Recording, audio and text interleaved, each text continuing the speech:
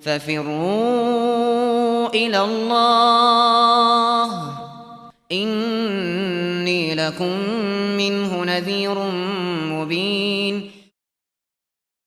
Bismillahirrahmanirrahim. Alhamdulillahirabbil alamin. Wassalatu wassalamu ala al-mab'uts rahmatan lil alamin.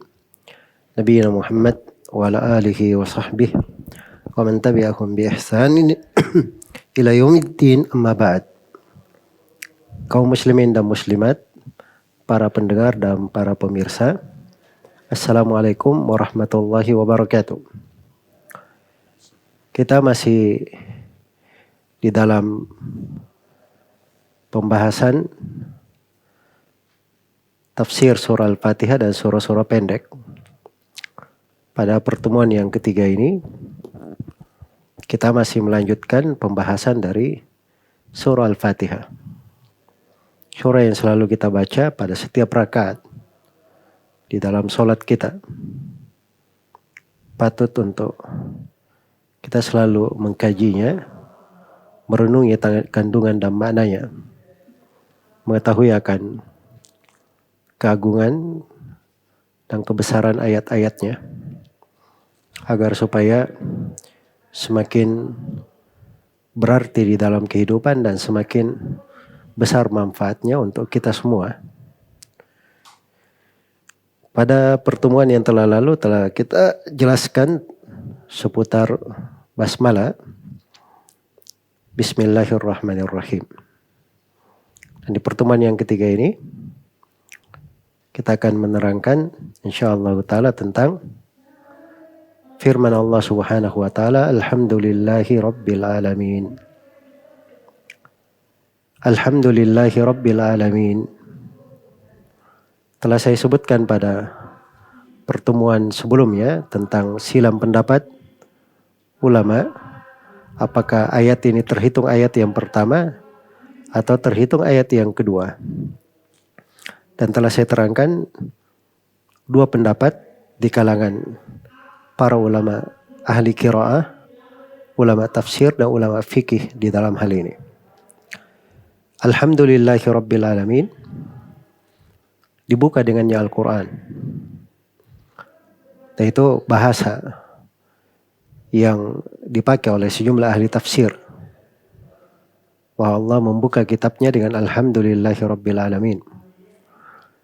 Telah syah di dalam Sahih Muslim dari Abu Hurairah radhiyallahu anhu, Rasulullah sallallahu alaihi wasallam bersabda bahwa Allah Subhanahu wa taala berfirman, Qusimatis salatu baini wa baina abdi qismaini. Telah dibagi salat itu antara aku dan hambaku menjadi dua bagian. Menjadi dua bagian. Idza qala al-abdu alhamdulillah, apabila si hamba membaca alhamdulillahi rabbil alamin, maka Allah berfirman, hamidani abdi, hambaku telah memujiku. Hambaku telah memujiku. Maka ini penegasan tentang awal munajat yang disebutkan di dalam surah yang agung ini adalah dengan memuji Allah Subhanahu wa ta'ala dengan alhamdulillahi rabbil alamin. Iya.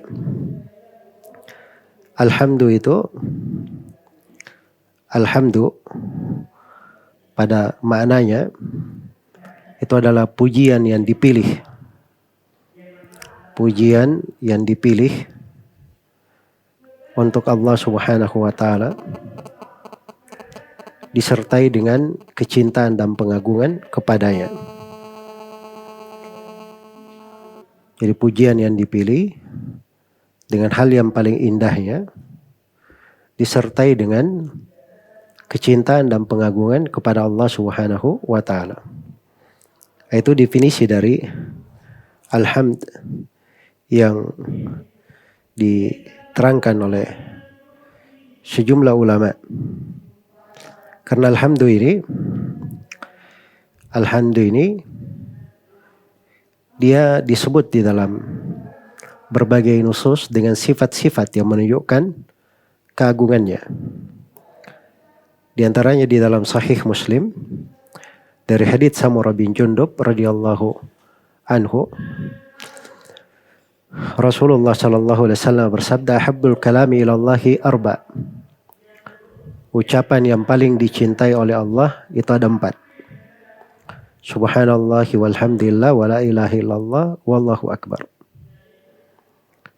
Subhanallah walhamdulillah, alhamdulillah, la ilaha illallah, Allahu akbar. Iya, mau dimulai dengan mana saja boleh. Jadi dia disebut pembicara yang paling dicintai oleh Allah, dzikir yang paling dicintai oleh Allah Subhanahu wa taala. Dan hamdu itu disahihkan oleh Syekh Al-Albani dari Jabir bin Abdullah radhiyallahu anhuma bahwa Rasulullah sallallahu alaihi wasallam bersabda, "Afdalud dzikir la ilaha illallah wa afdalus syukri alhamdulillah." Dzikir yang paling afdal la ilaha illallah dan syukur yang paling afdal adalah alhamdulillah.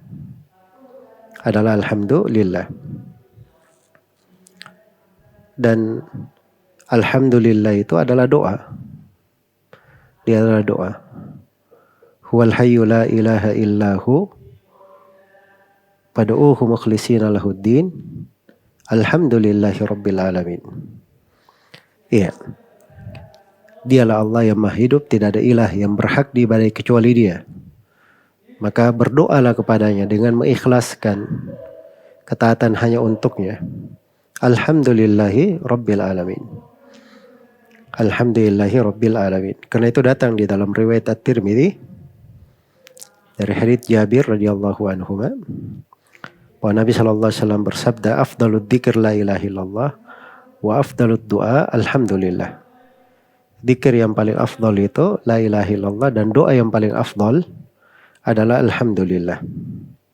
Alhamdulillah. Karena itu alhamdulillah itu menjadi pembuka banyak surah di dalam Al-Quran. Dan alhamdulillah itu adalah bacaan yang dibaca pada banyak keadaan. Di banyak keadaan. Di dalam sholat, di luar sholat, ketika seorang akan tidur, ketika bangun tidur, di dzikir pagi, dzikir sore. Banyak sekali dari dzikir-dzikir yang dimulai dengan alhamdulillah. Iya. Sekali alhamd itu, ya kalau dikatakan alhamd,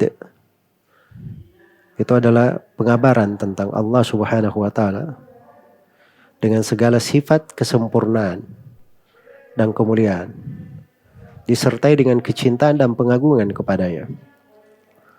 Disertai dengan kecintaan dan pengagungan kepadanya.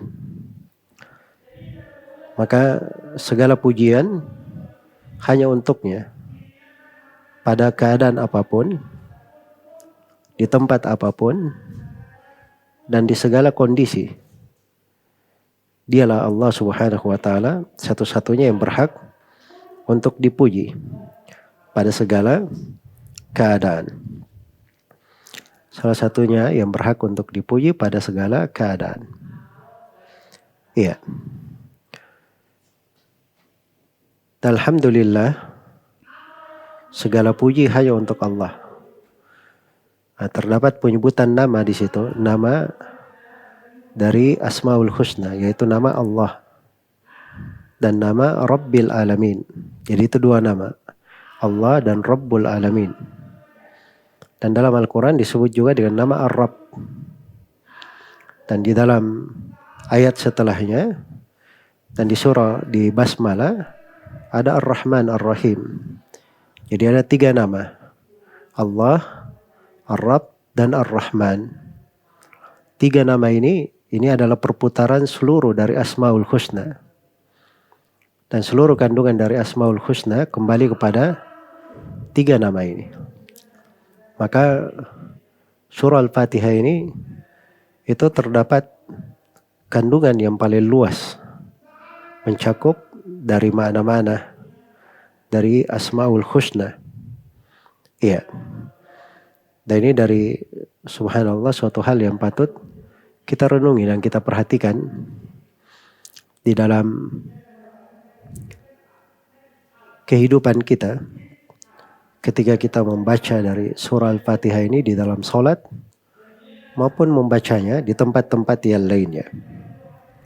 Membacanya di tempat-tempat yang lainnya. Alhamdulillahi Rabbil Alamin dibuka dengan Al-Quran dan menjadi penutup untuk orang-orang yang berada di dalam surga. Karena itu ketika kaum mukminin telah masuk ke dalam surga, dikatakan dalam Al-Quran, da'wahum fiha subhanakallahumma wa tahiyyatuhum fiha salam wa akhiru da'wahum anilhamdulillahi Rabbil Alamin. Dakwah mereka di dalamnya, seruan mereka padanya adalah subhanakallahumma, maha suci engkau ya Allah. Dan tahiyat mereka di dalamnya adalah keselamatan. Dan akhir dari dakwah mereka adalah alhamdulillahi Rabbil Alamin. Itu akhir dari ucapan mereka. Di dalamnya alhamdulillahi Rabbil Alamin. Baik. Jadi kita sudah mengetahui makna umum dari alhamdulillahi Rabbil Alamin. Segala puji yang terpilih, pujian yang mengandung segala kesempurnaan, keagungan bagi Allah disertai dengan kecintaan dan pembesaran kepadanya, hanya milik Allah. Rabbil Alamin. Ini dua nama patut kita renungi. Nama Allah dan nama Rabbul Alamin. Dan ini pembahasan untuk dua nama ini, pembahasan yang luas. Diuraikan di dalam buku-buku yang memuat tentang nama-nama dan sifat-sifat. Hanya saja di kadar pembahasan kita ini, saya akan terangkan dari kandungan dua nama, hal yang dengannya kita bisa memahami keagungan dari dua nama ini, kandungannya. Sehingga kita bisa lebih terbantu di dalam tadabbur terhadap ayat-ayat Al-Quran. Jadi telah saya sebutkan bahwa di Asmaul Husna itu ada 3 nama yang mencakup seluruh penamaan. Nama Allah, nama Ar-Rabb, dan nama Ar-Rahman. 3 nama. Iya.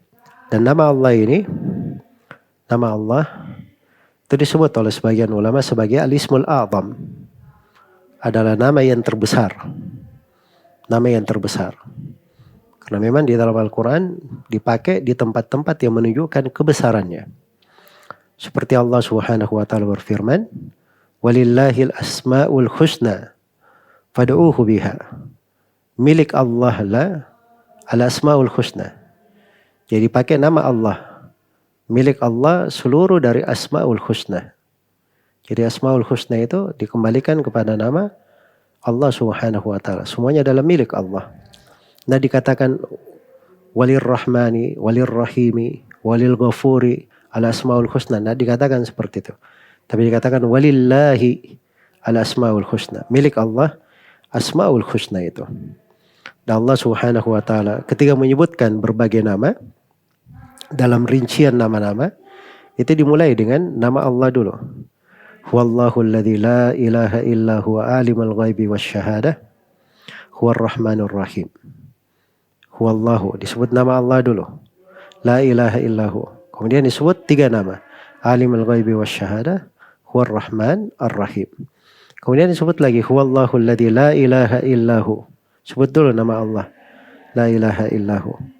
Al-Maliku, Al-Quddus, As-Salamul Mu'min, Al-Muhaimin, Al-Azizul Jabbarul Mutakabbir. Disebut 9 nama. Subhanallahi amma yusyrikun.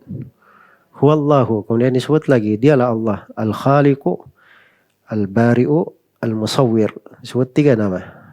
Kemudian Allah tegaskan. Lahul asma'ul husna. Bagi Allah lah al-asma'ul husna itu. Iya. Dan ini menunjukkan keagungan dari nama ini. Nama Allah ini disebut dalam Al-Quran lebih dari 2200 kali. Disebut dalam Al-Quran. Dan menjadi pembuka ayat lebih dari 33 tempat dalam Al-Quran. Dan itu tidak terjadi pada nama-nama dari Asmaul Husna kecuali pada nama Allah Subhanahu wa taala ini. Iya. Banyak dari dikir-dikir itu mengandung nama Allah. Subhanallah, alhamdulillah, la ilaha illallah, Allahu akbar, la haula wala quwata illa billah, bismillahirrahmanirrahim. Iya. Hasbunallah. Ya, dan selainnya dari dikir-dikir itu memakai nama Allah. Tidak memakai dari Asmaul Husna yang lain. Dan ini menunjukkan keagungan dan kebesaran nama ini. Keagungan dan kebesaran nama ini. Karena ini nama Allah, nama khusus baginya. Tidak boleh dinamakan untuk selain Allah Subhanahu wa ta'ala. Allah itu artinya al-ma'budu mahabbatan wa ta'ziman wa ijlalan. Dialah yang diibadahi dengan penuh kecintaan, pengagungan dan pembesaran. Iya.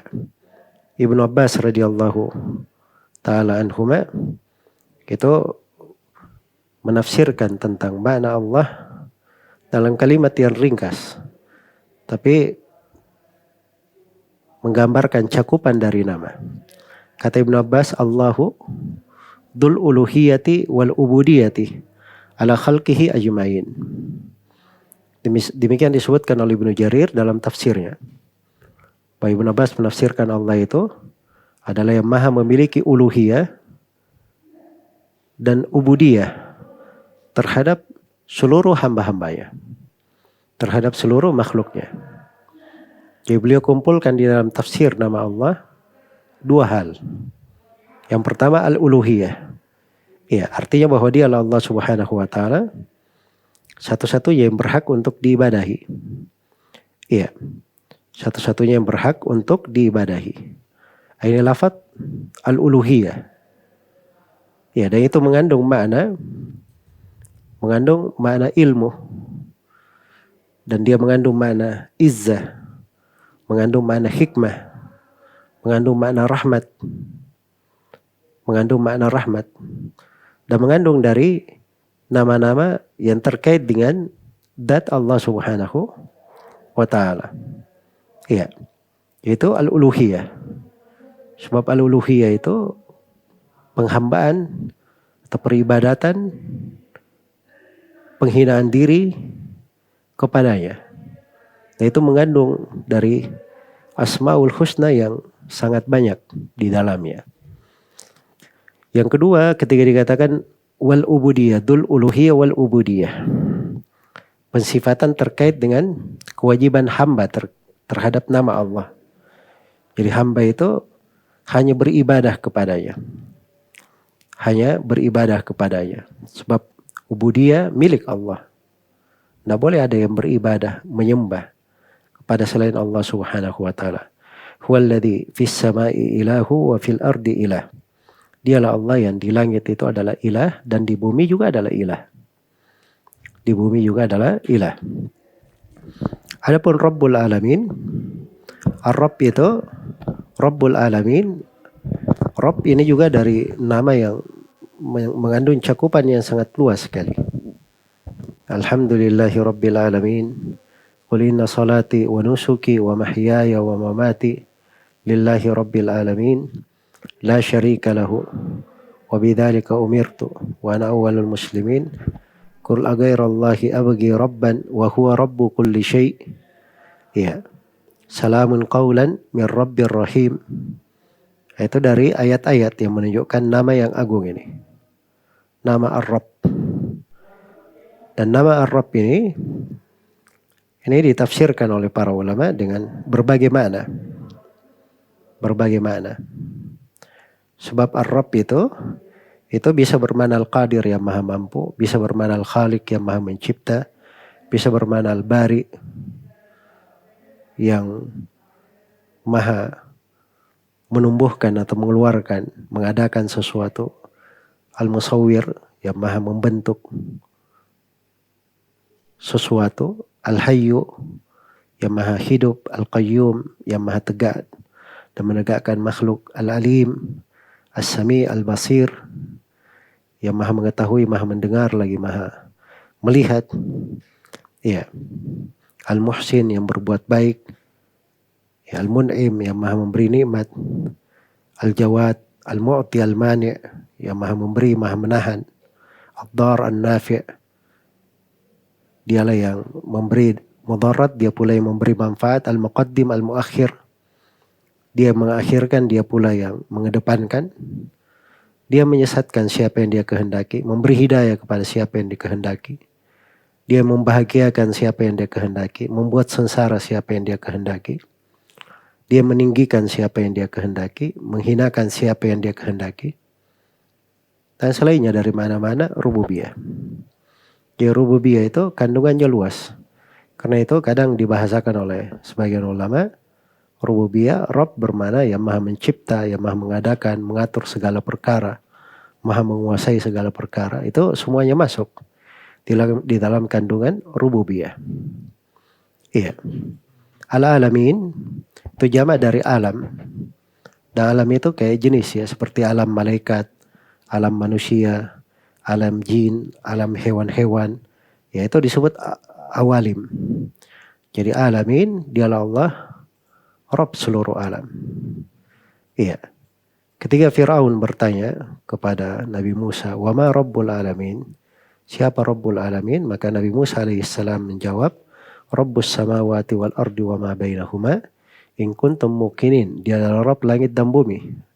Dan apa yang antara keduanya kalau memang kamu yakin. Itu penafsiran Al-Quran tentang Rabbul alamin. Ada sejumlah ayat semana dengan hal ini. Maka rububiyah Allah itu cakupannya luas. Iya. Karena dialah Allah yang memberikan nikmat anugerah kepada makhluknya, maka rububiyahnya itu terbagi dua. Ada rububiyah umum yang mencakup seluruh makhluk, yang baik maupun yang fajir.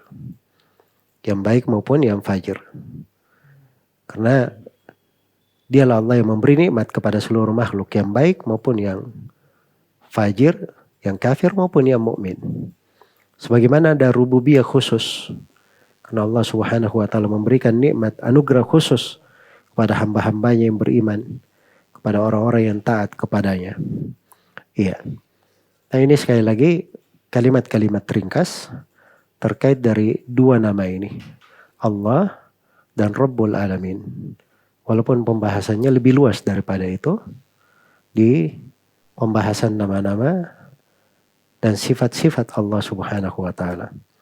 Tapi apa yang saya terangkan semoga cukup untuk menjelaskan kandungan dari ayat yang agung ini. Alhamdulillahi Rabbil Alamin. Semoga Allah Subhanahu wa taala memberi taufik kepada semuanya. Wallahu taala alam.